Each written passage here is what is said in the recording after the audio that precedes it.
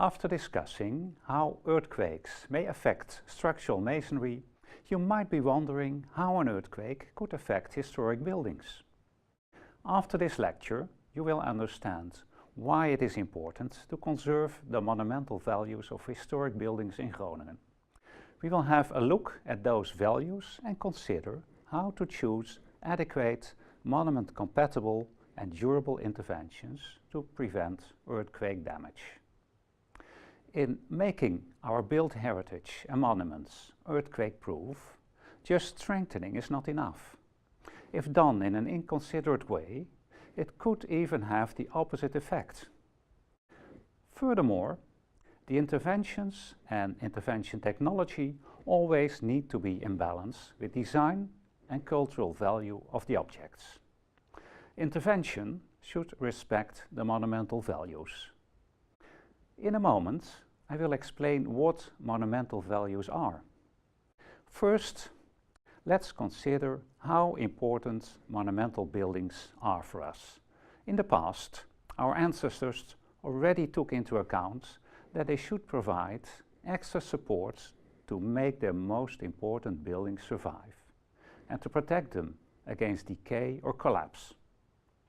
In most cases, they used materials and techniques that appear a logical addition to the building concerned. What heritage are we talking about in Groningen? And what kind of historic buildings are concerned?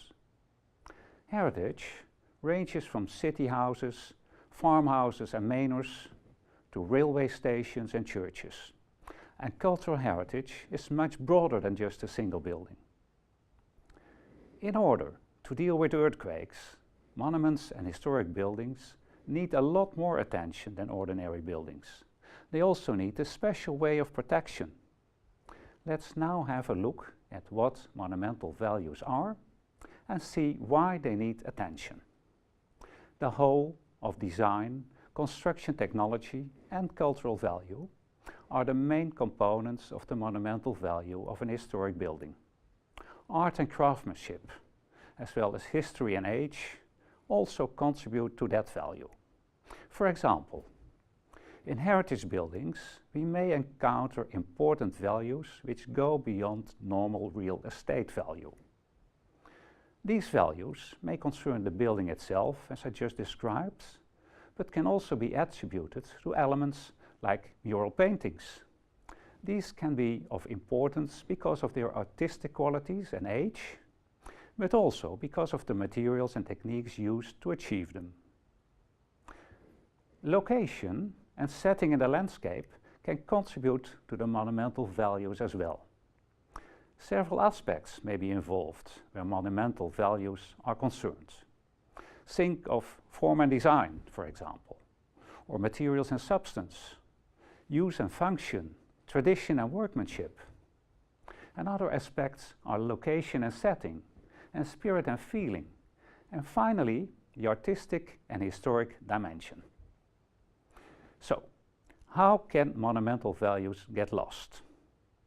Examples abroad, resulting in severe losses of valuable historic substance, show us that we cannot just wait and let the earthquake come over us. For example, in this picture you can see the leftovers of what used to be very important mural paintings from the vaults of St. Francesco's Basilica in Assisi.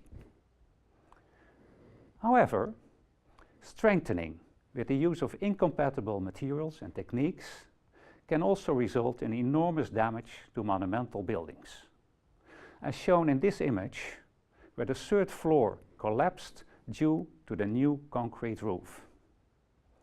And finally, strengthening may have strong visual implications, thus disturbing the aesthetics and the possibility for the public to enjoy the monuments.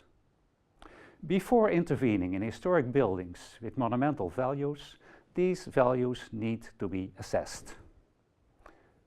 The matrix, as shown here, is completed and discussed between monument owner, municipality and heritage authorities. These can provide a basis to obtain consensus and consequently to decide on the intervention. An intervention that respects monumental values is characterized by a combination of excellent design and feeling for the values.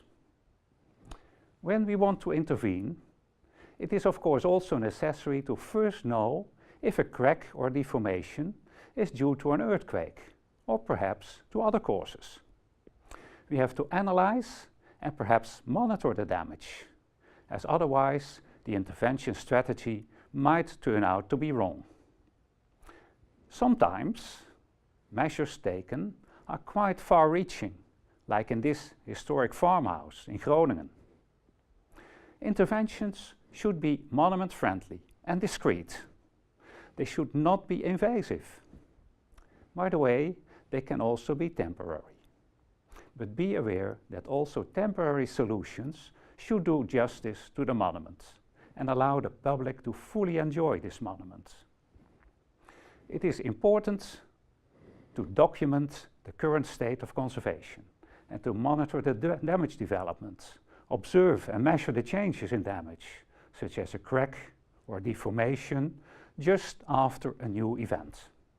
And also to monitor the effect of future earthquakes after an intervention took place in order to learn from this. So, now you have an idea of what monumental values are and why it is important to conserve them. And you also know what the specific requirements are for interventions that are both compatible and as durable as possible.